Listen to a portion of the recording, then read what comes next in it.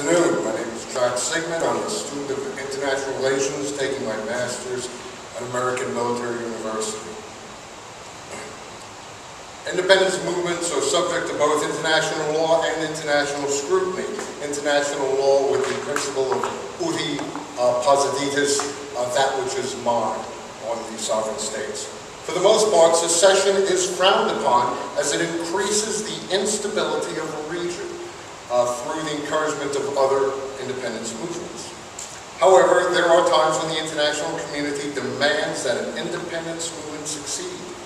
Through a study of independence movements that have succeeded and some that have not yet, it is clear that a human catastrophe is the catalyst required to cause international opinion to ignore international law. As there appears to be no greater human-generated catastrophe than genocide, it is clear that such an act is the only criterion needed for a successful independent movement.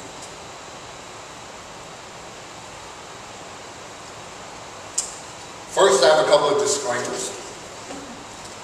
The first one dealing with South Park itself.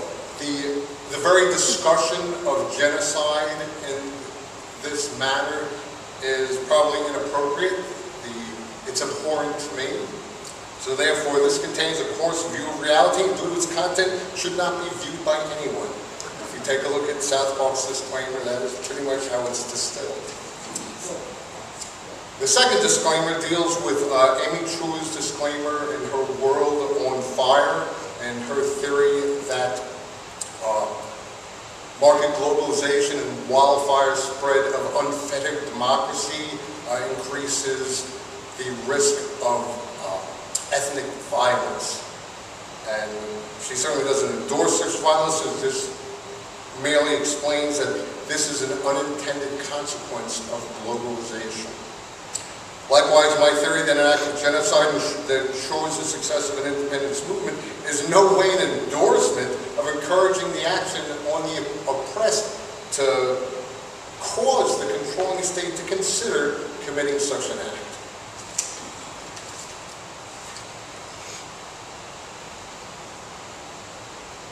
Interesting. And lastly, I'd like to do some acknowledgments. First, Professor Becker, my professor of international law, for her approval of my thesis. Dr. McClail of Actual Biofuels, who was my pre-presentation audience, whose questions made me realize how bad my presentation was, so I could correct some of the mistakes. And of course, to my wife, Janet Sigman, a PhD candidate at NOVA, for the love and editorial support that makes me sound like I might know what I'm talking about.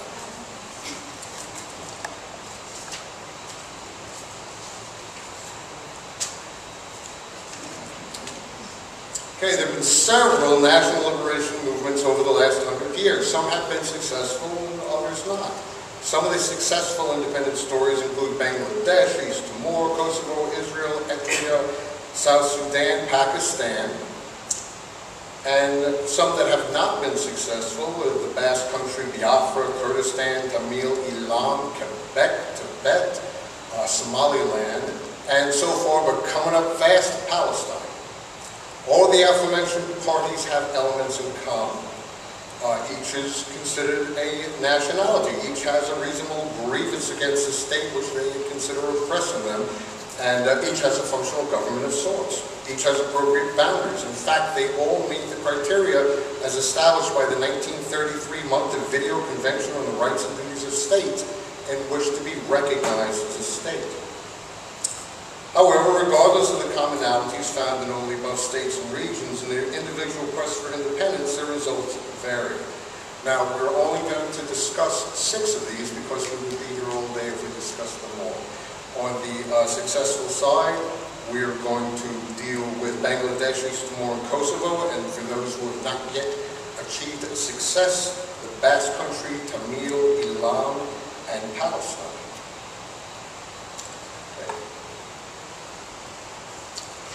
What we have up here is a map of India before partition and a map of India after partition. You will see on the after partition Pakistan and Bangladesh emerging Pakistan as originally labeled as West Pakistan, and Bangladesh originally labeled East Pakistan. And if you notice, right next to East Pakistan is Bengal, which means that pretty much all of the inhabitants of East Pakistan are Bengali. Most of the inhabitants of West Pakistan are Pashtun, Urdu, Afghan, and other tribes. So, after the partition of India and the independence of India in 1947, we now have East and West Pakistan, which are predominantly Muslim countries. However, they are 1,000 miles apart, with the capital being in West Pakistan. Well, as you know, in Florida, with the capital being in Tallahassee, there is always an argument between Miami and Tallahassee on where the money goes. The same issues apply in Pakistan. So much so that and we're going to change right now East Pakistan to Bangladesh because it makes life so much easier. So the Bangladeshi are now complaining that they're being exploited, their culture is being downgraded, they're getting no money, all of their resources are being taken to take care of Pakistan, and they want independence. So much so because they do have somewhat separate governments because of having to govern such a territory with 1,000 miles between each entity. They vote for independence, wherein the Pakistanis attack. They cause what could be considered a genocide in certain corners. 10 million Bangladesh seek refuge in India, in which case they now start a cross-border Bangladesh guerrilla campaign. Pakistan, now being attacked from India, does what most countries normally do: it attacks India. And of course, it's only attacking the Bangladeshi part, but it attacks India. India, being greatly militarily superior, fight back, invade. And of course, they like the Bengalis. They have many Bengalis themselves, and they do not like the Pakistanis. So within 11 days, Pakistani forces withdraw. India starts a massive PR campaign telling the world about this genocide and the need for Bangladesh to be independent. And Bangladesh declares independence, and everybody almost immediately recognizes it because of this act of genocide. The next we're going to discuss is East Timor. East Timor is a Portuguese colony surrounded by Dutch colonies within the Indonesian archipelago. Once Indonesia achieves independence, it starts absorbing the islands. Many of the islands are left-leaning. We're at a time when the Cold War is still going on and U.S. foreign policy is still on the side of anything but communism.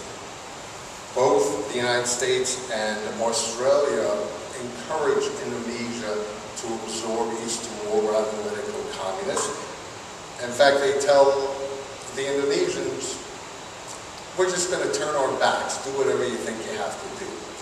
Unfortunately, the Indonesians go in full force, kill 60,000 East Timorese, install a puppet government, and that puppet government then declares that they are going to be a part of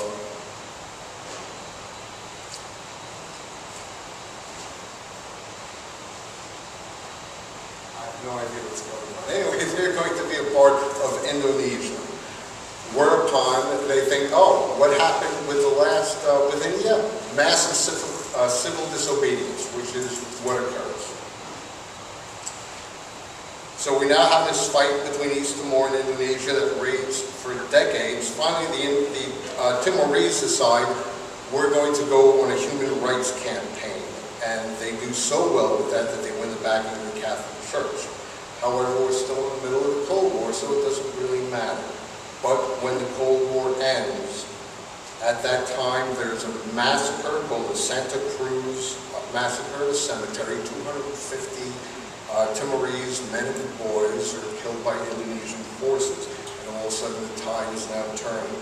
Finally, in 1999, there is a referendum in East Timor for independence, whereupon Indonesia invades once again, kills about 1,500 Timorese, forces 500,000 to evacuate, to destroy 70% of the infrastructure, and the international community steps in, threatening Indonesia with bankruptcy if they don't allow a multinational force to come in and stabilize the area.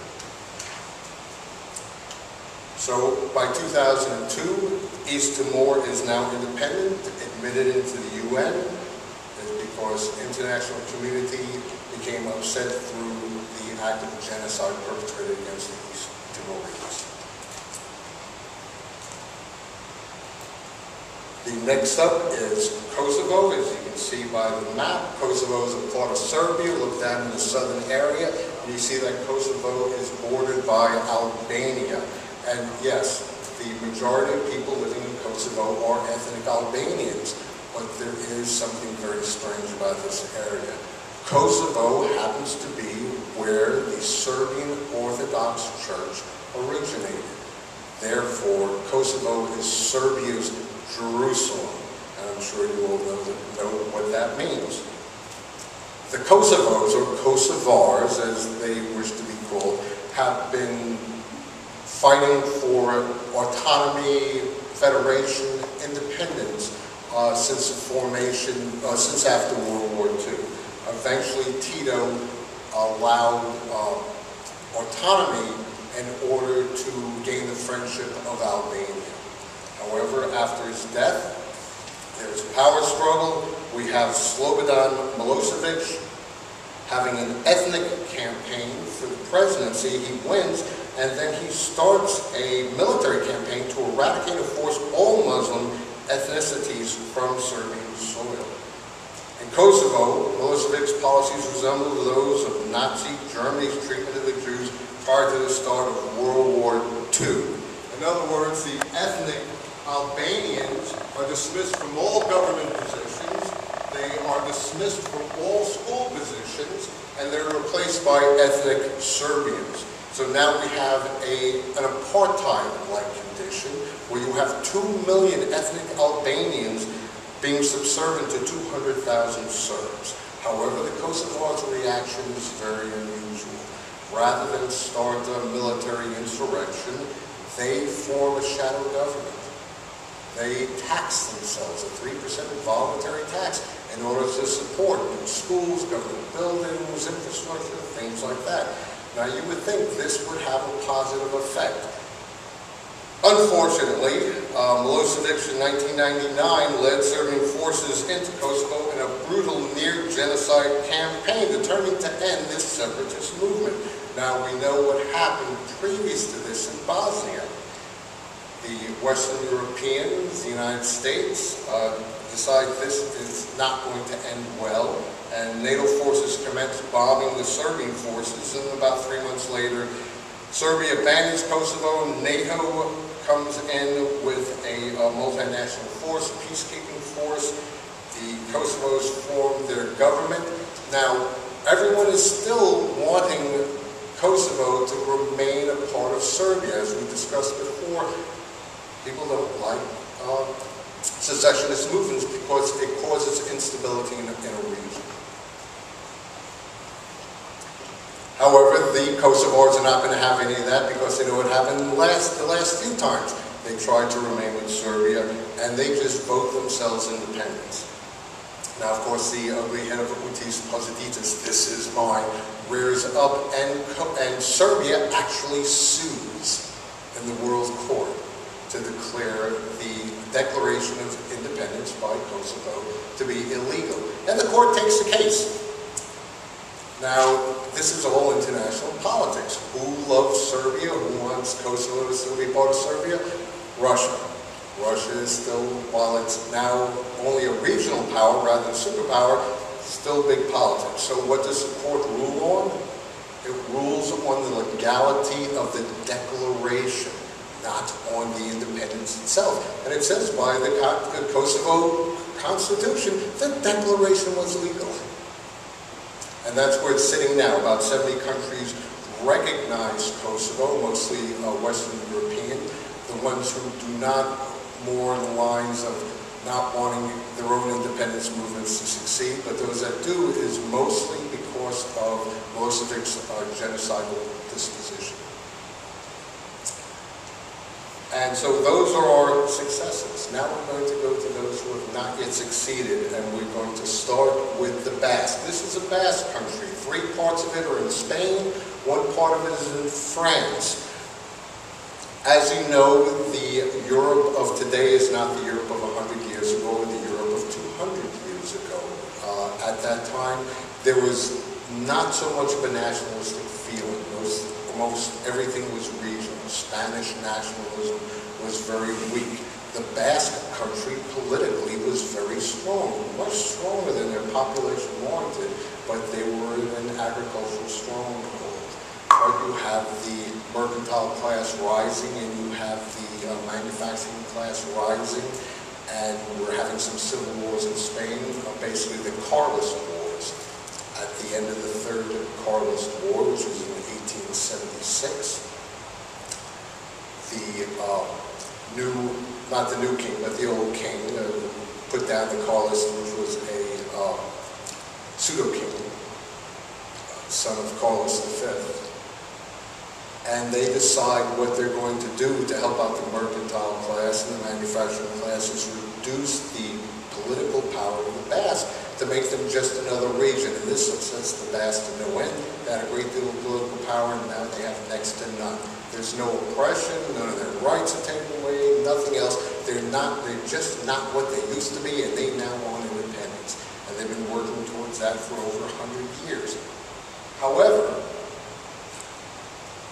the major force behind the independence movement for the last 50 years has been and I'm not even going to try to pronounce it, the ETA, which has conducted a 52-year campaign in which violence is their best-known tactic.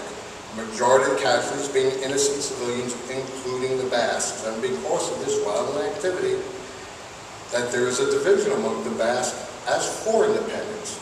Additionally, the Spanish Basque have been granted a great deal of autonomy by the Spanish government.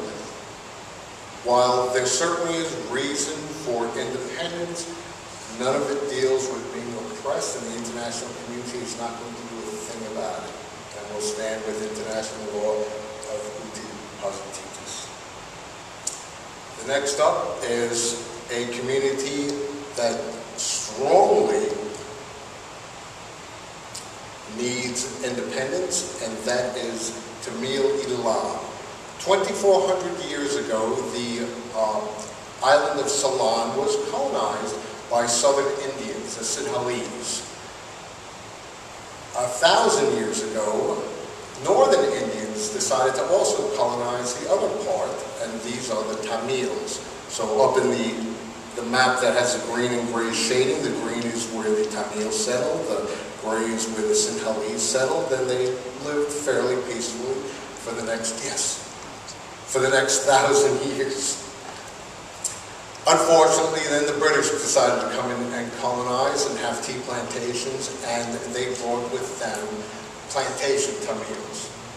100 years later, along with India's independence, we get Sri Lanka's, Ceylon's independence, which is very, very peaceful. They start up a parliament, they have democracy, they have elections, and the first thing that happens is the majority Sinhalese say the plantation Tamils have no reason to be in this country. They're not really Ceylonese.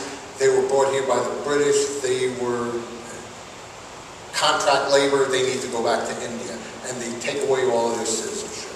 Now the Tamils are reduced to about 7% of the population. And they start acting up that they want independence.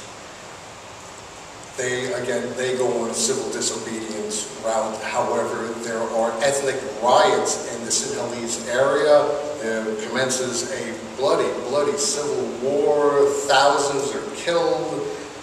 They try to come to a truce, but the violence continues. However, what is the Tamils' main weapon? Suicide bombing. So no matter what the Sinhalese do, because of the suicide bombing is so important to the international community, they get next to no support for independence. And our last is Palestine. Palestinians have been struggling for independence since the end of World War I. Article 22 of the Covenant of the League of Nations established a mandate over Palestine, which was formerly part of the Ottoman Empire, and the mandate assigned to Great Britain was for the purpose of preparing the region for independence. Complicating matters, the British also promised the Jews via the Balfour Agreement that they would reestablish a Jewish homeland and independence there. And both arrangements are also through the League of Nations and through the United Nations. So we now have two separate and competing nationalities. After World War II, the British resolve in Palestine, strained by the increased violence in the territory and the loss of India, they decide to throw up their hands. They cannot win either way. They can't fight against the Jews because of a previous Holocaust.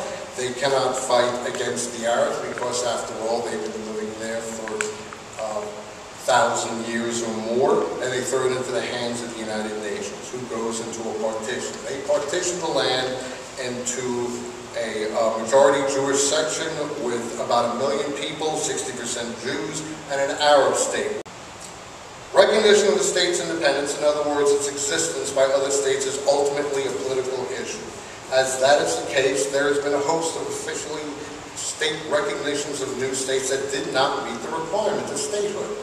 Palestine's Declaration of Independence in '88, while without a true government, defined borders, or the ability to conduct business, has been recognized by 118 states. Croatia had the same issue where their independence was recognized and they were added to the United Nations, even though they had the same conditions as Palestine.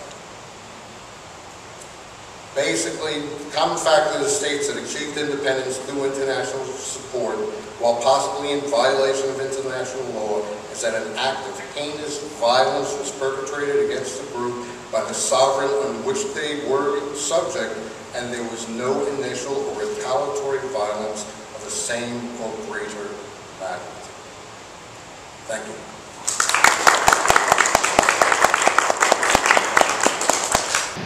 Well, I discussed 3 genocides, and there are 3 that have not undergone a genocide. The commonality was that in each of the 3 there had been an ethnic hatred that had existed for a long time, and that they had only been kept together. And these are only in the successful issues, not the ones that have not yet succeeded. The only thing keeping them together were external forces that all of a sudden went away. Bringing back to Amy Chow and her ideas of ethnic violence, one of the examples that she said avoided this, even though there was still an economic dominant minority, was in Singapore, because they forced the ethnic Chinese to assume Singaporeese identities.